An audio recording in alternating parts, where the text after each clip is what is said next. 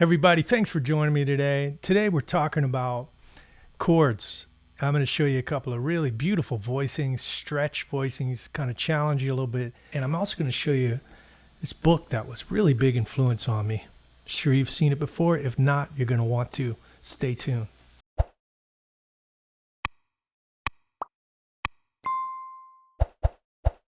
When I was a kid, maybe 16, 17, I don't remember, my mom said, well, you can pick out something from Santa to put under the tree. So I said, I want to go to a music store. It was kind of select a gift.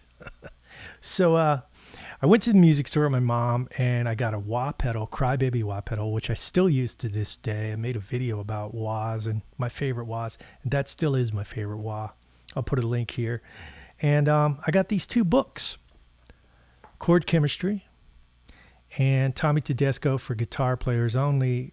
Maybe you've seen Chord Chemistry, and maybe you've seen both, but books. Remember when books were a thing? Wow, remember that? They're still great books, and I remember going up to the counter. My mom bought the books, and the guy at the cash register said, he looked at me. I guess he was impressed that a little punk kid was gonna end up with this kind of, guitar literature, and he goes, huh. You'll be working through those books the rest of your life. There's so much there. And boy, was he right. I mean, there's a lot in these books. So let's talk about chord chemistry. Ted Greene was just a phenomenal guru type, Yoda, wise professor type guy. And he lived not far from here at all. I think his apartment was 10 minutes away from where I am right now. I never got to meet him, never knew him, but I do have a lot of friends that studied with him. And I actually have some little handout sheets that I got that were copied from Ted Greene lessons. And one of the things that he was a proponent of in chord chemistry was, the second, adding those seconds, those beautiful clusters. And this is what I'm talking about. If we take A minor, just a stock A minor chord, and I want to add that 9 in there. Remember 9, 1, 2. Second up an octave is a 9. 1, 2, 3, 4, 5, 6, 7, 8, 9. We're in A minor. So how do you get all those notes in there? Well, there's a way to do it like this. So I'm going to play the 3rd and the 9 in there. So you end up with this beautiful cluster. Almost Christopher Cross, not quite.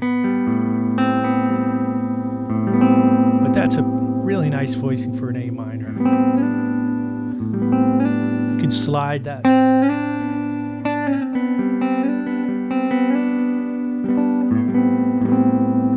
So that one is movable, but you won't have the open string. But like, for instance, if we wanted to play that in C minor, you'd have to do this.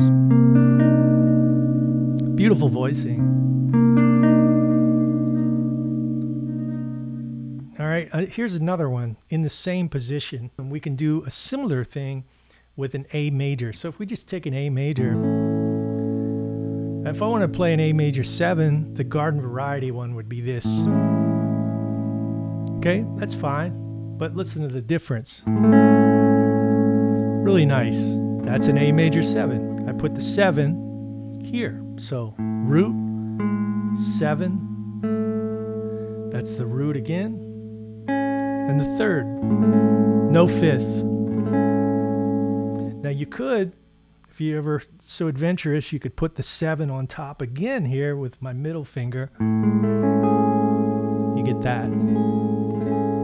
So these chords, what do they have in common? I got them out at Chord Chemistry. And they're out of a 1, 2, 3, 4, 5, 6, like a 5 fret span. So far, we had this minor, major 7 here. Let's move up the neck a little more. This was a favorite one of Allan Holdsworth. It's almost like what I just showed you, except it's this. So what is that? That's a root, open A string. My pinky is playing the major 7 with a 6th fret, 4th string. First finger is playing the 2nd fret, 3rd string. Ring finger is playing the 5th fret, 2nd string, and you get this. So it's root, 7, root, 5th. Now the nice thing about this chord is if you get a little practice going, we move this up to C. You can hammer on, like here's a C triad. You can hammer that. And he did that. And Allan Holdsworth did that in this tune.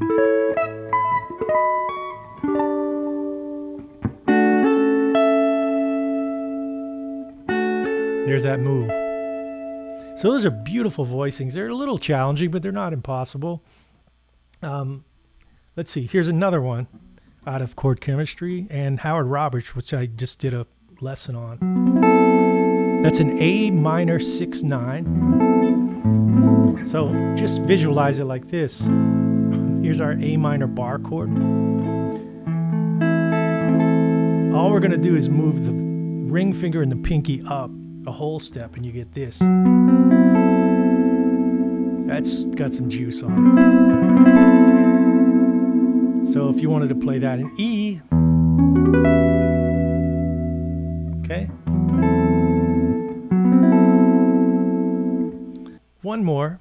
Here's another one for an A minor. So if we just use the upper structure of that, an A minor triad, A minor chord rather, 4th, and then 4th string, 7th fret with my ring finger, and then I'm barring the 3rd, 2nd, and 1st string on the 5th fret. Simple A minor, Stairway to Heaven position. If you move that up, you're going to need your pinky, but you move that A note on the 7th fret up a whole step. You get a 9. So if you start experimenting with this, you're going to find your own little things. Like if I put the 7 in there, well, what would a minor 6 sound like? Pretty cool voicing. Minor 6. Kind of funny story talking about stretch chords, and Ted Greene would do impossible things with the pad of his finger. So he would essentially create another finger because he would use the pad to, play. I can't even do it, but if you watch any Ted Greene videos, it's amazing what the man could do.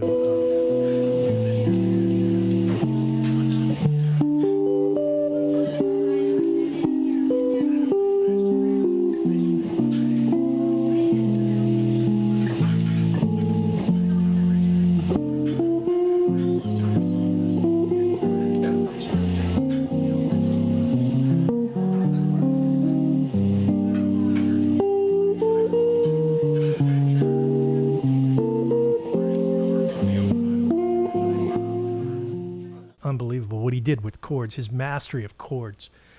Funny story about stretch chords. I remember Charles Neville told me once, the sax player for the Neville Brothers, that I was talking about Johnny Smith. Moonlight in Vermont is the famous, I think it was a radio hit like in the 50s, if you can imagine that. And Johnny Smith, the great guitar player, stumped every guitar player. Nobody knew how did he play that voicing. Nobody could figure it out. It's a big old fat C6. And Charles told me when Johnny Smith played in New Orleans, half the guitar players in New Orleans went just to see how he could pull that off. And all it was this. A C triad, a 6, stretching. It's a little bit of a stretch, 4 frets. But in 1957 or whenever that was, it was kind of unheard of. You also get those kind of stretch things are really nice. C6. That would be a C dominant 7. 6, major 7, dominant 7, 6. So I hope you got something out of that. And the world of chords, it's a can of worms that you'll go to over and over again once that gets opened up. But it's one of the magical things about the guitar, playing voicings that make keyboard players jealous. So I hope you enjoyed this little short thing, and give me a like, subscribe if you did. Let me know in the comments what you think, and maybe you guys have some Ted Greene stories. So I'll see you soon. Terrio out.